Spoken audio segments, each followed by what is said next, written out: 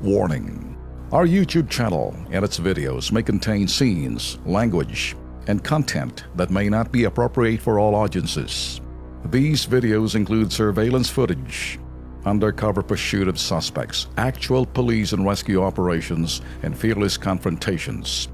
If you do not approve of the content, please do not watch our videos. If you wish to continue, we strongly advise that you proceed with caution. Viewers' discretion is advised. Placewell Agency din ang ahensyang inarereklamo. Abay, pag mga ditong klaseng paulit-ulit, alias Jane, OFW Jeddah, and then alias Brian, OFW sa Riyadh, parehos peke daw ang hawak nilang dokumento galing sa Placewell International Service Corporation. Magkaibigang nurse sa Saudi Arabia, narareklamo rin ng Placewell International Service Corporation. Tinanggal daw umano sila sa pinagtatrabahong ospital. Dahilan, peke ang dokumentong binigay ng ahensya sa ospital na pinasukan nila. Dahil dito, terminate ang magkaibigan sa nasabing ospital. Pakinggan ang kanilang panawagan. Ako po ay humihingi ng tulong sa Kilos Pronto na tulungan po kami na makauwi. Isa din po ako na nabiktima ng agency sa nagsumiti ng penging dokumento. 6 na buwan na po kaming walang trabaho at walang sahod. Ikinakatakot po namin na baka sa susunod na araw ay kami naman po ang dadamputin. Sana matulungan niyo po kami. Natatakot na po kasi ako dito sa Saudi. Yung agency ko po, pinaikip ko yung documents ko. Hindi ko na po alam kung anong gagawin. Wala po silang tulong na binibigay po sa akin. Sana po matulungan niyo po. Makauwi sa Pilipinas. Okay, diretso nating tanungin si alias Jane. Jane, kumusta kayo dyan ni Brian? Hello, Jane? Hello po. Good afternoon po. Kumusta kayo ni Brian dyan? For now po, pero okay pa po kami. Andito po kami sa accommodation po namin. Nagsistay po. Okay. Wala na trabaho. Wala na kayong trabaho ngayon? Wala pong trabaho since December po, sir. Since December na. Okay, diyan ka lang, Jane. Yung inyong agency pareho rin, Ito yung Placewell International Service Corporation, tama? Yes po, opo. Nagkaroon ba kayo ng problema sa papeles ninyo? Bali po, pag-apply po namin ng documents po namin, sinabi po ng agency sa amin na sila na daw po bahala. Okay, pagdating doon, kayong kawawa. Nag-trust naman po kasi kami sa kanila kasi nga po, sigurado kasi nga po, sila po yung nag-deploy sa amin dito. Alright, okay. Okay, ganito lang, sige, Jane, sandali lang, Okay. Sa dalawang issue niyan, ito, in fact, kamakailan lang mga nurse din, Kayong dalawa ni Brian dyan.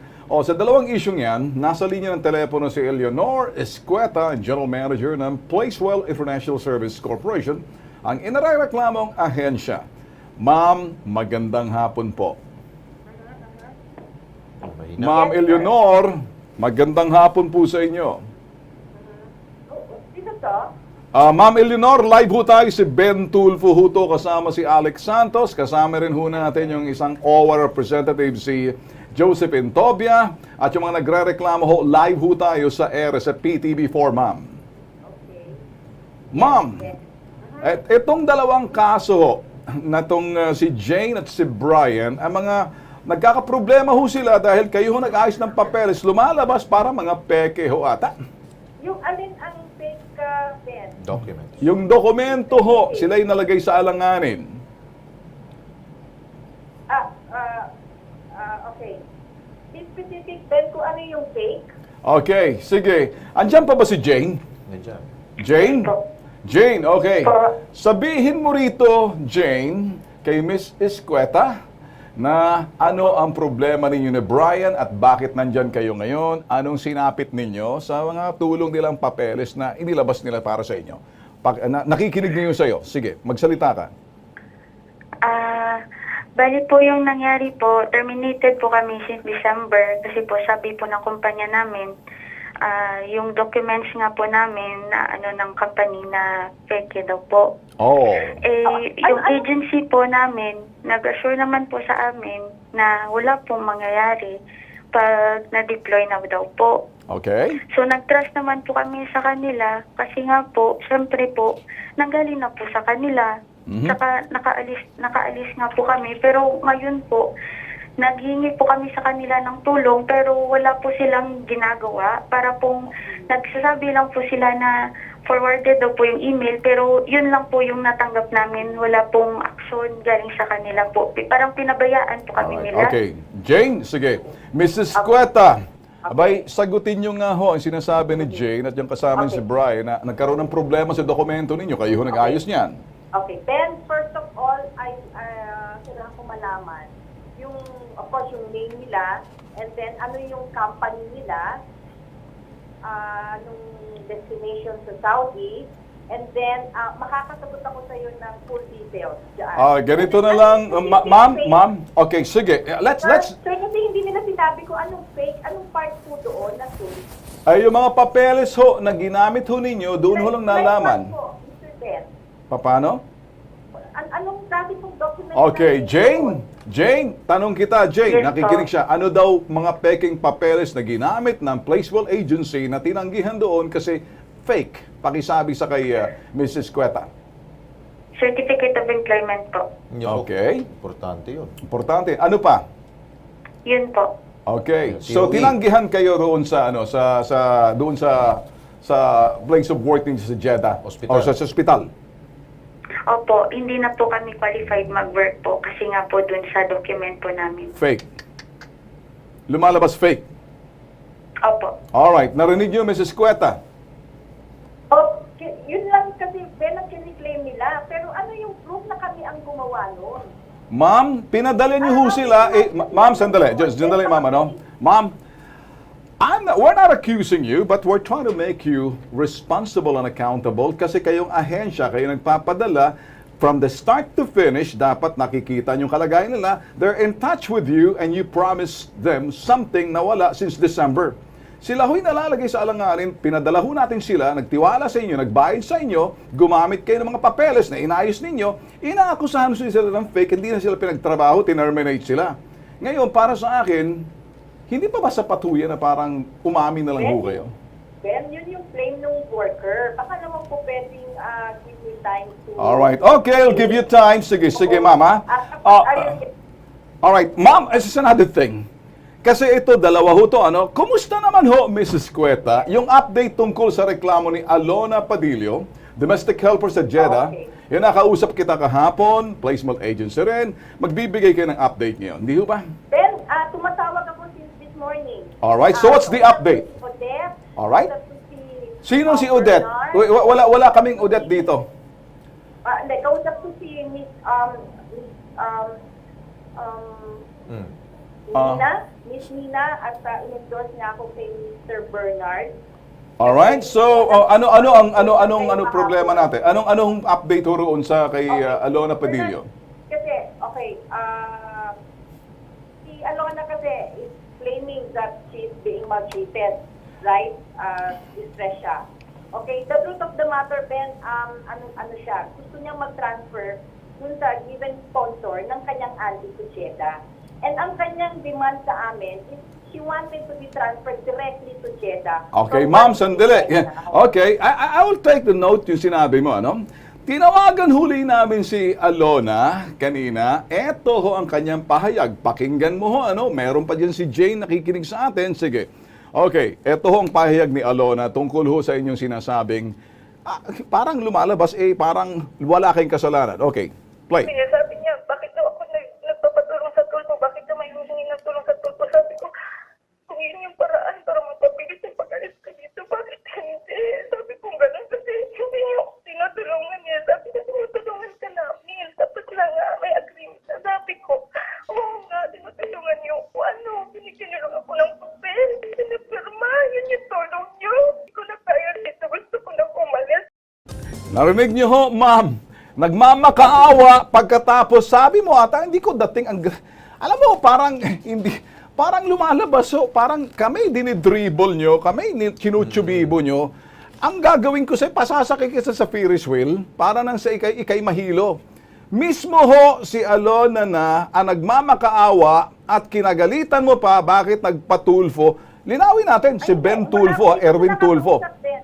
Hindi ko siya nakakausap. Sinungaling ka. You are such a liar. Makinig ka, hindi ako nakikipag-away sa iyo. You listen carefully and you listen good. Do not play with us. You say it in front of my face, not on the phone. Nakikinig sa atin ang buong bansa. You're national TV. Do not do that. I warned you. If you think you're playing with me, bibitagin kita. Walang babae, walang lalaki, pareho ng tingin ko sa inyo, dorobo. You're lying, and then you're saying things, yung mga OFW natin, nagmamakaawa, umiiyak, sinusumbong ka dahil pumunta sa Tulfo. Ano bang problema mo sa Tulfo? Ben, walang ganon. You know what? I'm gonna tell you this. Hindi ko siya Kung magagawa ko lang sa iyo, Alona, makinig ka, Eskweta, makinig ka. Eleanor. Kung dadaling lang kita sa NBI, ipapolygraph test kita, at sa tuwing nagsisinungaling ka, dadagukan kita ng papel sa ulo. Kasi, titingnan natin kung makakalusot ka sa polygraph test. Gusto mo gawin natin yan? Tapos lalagyan kita ng camera? Now, I challenge you. Don't play with me. Si Erwin, maganda pa sa'yo, maayos pa sa'yo. Ako kasi, brutal na ako rito. Merong isa nagmamakaawa, nandoon pa, may dalawa pa dyan. And you keep denying. Ito ngayon okay? Pakinggan mo to sa OWA, si Josephine Tobia. Ito, pakinggan nyo. Sige, Josephine. Yes, Miss Escueta, siguro ang pwede natin gawin is, I think I have listed all the OFWs who have complaints about you. Papatawag namin kayo next week para to explain sa office ni administrator itong mga workers natin na nag-complain against Placewell. No? Napaka-inconsistent yata ng pangalan natin, Placewell. So, we'll see you on Monday. Okay. Thank Miss Josie, Mr. Ben, baka pwedeng tanungin naman si Alona kung saan niya gustong magpa-repatriate. Kung direct to Manila We'll or talk. Sa Monday na daw ho. Ganito na lang, Mrs. Cueta. I love to see this kind of, sabihin natin, meeting. I like to put a camera in front para makita ng mga OFW na kung sino man gagawa ng ginagawa ninyo, niloloko ninyo, sabihin nyo, sa lelo nyong panot, hindi po pwede magawa sa amin to. Titingnan ko kung paano ka magpapaliwanag at bawat ngiwi ng bibig nyo. Hindi kita binabastos, kaya lang ako naririndi na. This is the second time, and I'm warning you. Third time The na. third time na to, Yan, place worse agency. Worse. Hindi place well. Yun. I mean, if you place well, you should be putting our OFW in a sabihin natin, manner na hindi yung kapareho, you keep denying. Nagmamakaawa na nga eh. You think at their end, magsisinungaling, iiyak, sasabihin, nagpatulpo ka pa? Para bang, ano bang problema mo sa amin? Tsaka 6 months ago. 6 months ago pa yan. Yung isa, December. That's, sabihin, gross negligence. You get what I'm saying? Ayun. Okay, Ben. Oo. Sa Lunes ho. Ma'am, si Alex Santos po. Sa Lunes ho, magkikita ho kayo with OWA. Aha. Ayun, Miss Josephine. Papakampi. Sige, kampi. Yes. Ano daw? Punta kayo ng OWA, Pasay, sa office ni administrator, hanapin si Attorney Eds Claustro. Eds Claustro. Yun. Okay, Nako. 2 o'clock. 2 o'clock. Ed Claustro, sa OWA, sa Pasay. Abay, maganda to. Maganda, oo. hindi to chamba dahil 3 ho nagrereklamo sa inyo, ma'am. Baka siguro pwede ho ninyong sabihin ng totoo na lang sa Lunes. Okay. At, okay, si Jane nandiyan Si pa? Jane siguro. Jane, nandiyan ka pa, Jane? Apo. Oo. Alright, Jane. Okay, anyway, Jane. Silang dalawa ni Brian yan. Kasi kasama si Brian. Okay ka lang dyan. Relax ka lang. Gagawa na ng hakbang mismo si Miss Josephine Tobia. Huwag ka na umiyak. Okay na. Magagawa namin ng paraan to. Okay ka na? po. Oo. Alright? Relax ka na lang, ha? Ito, pinatatawag na sila. At hindi na biro yan. Ma'am Josephine, Yes, di ba? yes. Seryoso na to. Baka pwede rin POEA, sama nyo rin dun, ma'am.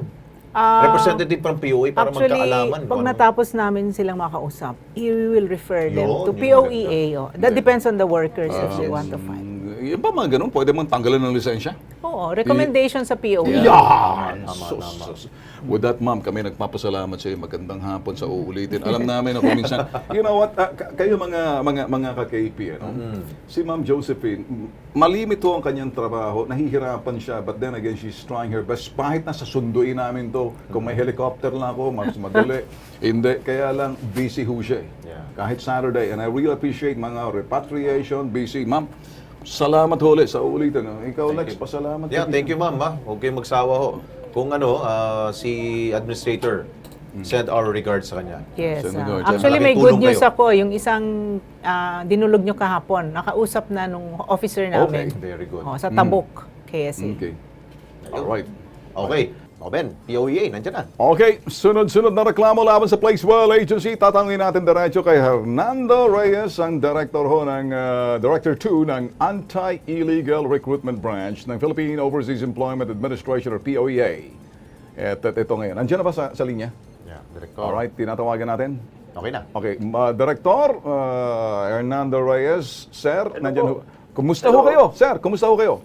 Mabuti naman po. Mahina po ang dating niyo, sir. Okay, sige, lakasan natin sir ha, para medyo baka nawala ako. Sir, may agency ho ng pangalan Placewell Agency. Sunod-sunod na ho, kasama ho natin dito ngayon, ang reklamo laban sa kanila. In fact, napapakinggan, guest ho namin ngayon, si Josephine Tobia ng OWA, dito sa Placewell Agency, umiiyak ho nang nagre-reklamo, peking dokumento, yung iba 6 months na rin, yung iba 4 na buwan na, nagmamakaawa, paggamit ho ng peking dokumento dito sa party ito, anong gagawa ng POEA pag nakita ho talagang itong ganitong klaseng gawain ho ng mga agency na parang lumalabas ho? I don't know kung gross negligence or ito ho yung pangalan Placewell Agency. Pagka po ganyan ang sitwasyon na nakita natin na sunod-sunod na, meron po tayong ebidensya, pwede po natin patawan ng suspension ng agency. Yeah, Hanggang sa naku. po, kasi basta po meron po tayong complaint ng... Meron sir? Opo, sana po magsadya. Gabundok na ho ang reklamo, sir. Opo, sana po magsadya sila rin sa POA para po magawa po karapatang investigasyon. Tapos siyempre, may due process. Tapos, para ipakita po na ebidensya nila and then, kung ano man yung kung sa nararapat na parusa para sa kanila, ipataw po natin. Sir, ang problema, yun ho man nagre-reklamo na nandoon pa ho sa mga OFW pa. Nakakausap po natin. Request for repatriation pa po. Hindi ho, naiipit ho sila. In fact, ito ho si Miss Josephine Tobia ho. Pwede ho kayo mag-usap para magkakaintindihan sa agency to agency. Ayan, ma'am. Yeah. Attorney Reyes. Opo. Oo. Yung ating OFWs nasa KSA pa. Sila yung nagrereklamo tungkol dito sa Placewell. In fact, ilang buwan na silang nakapending doon, hindi pa sila inaasikaso ng Placewell. At syempre, dinideny ng Placewell na meron silang kinalaman doon sa claims ng mga worker, which is yung fake documents. However, that can be proven pag dumating na sila unless you will allow that an affidavit will be executed sa overseas, sa post. Pwede po yun. Wala pong problema doon.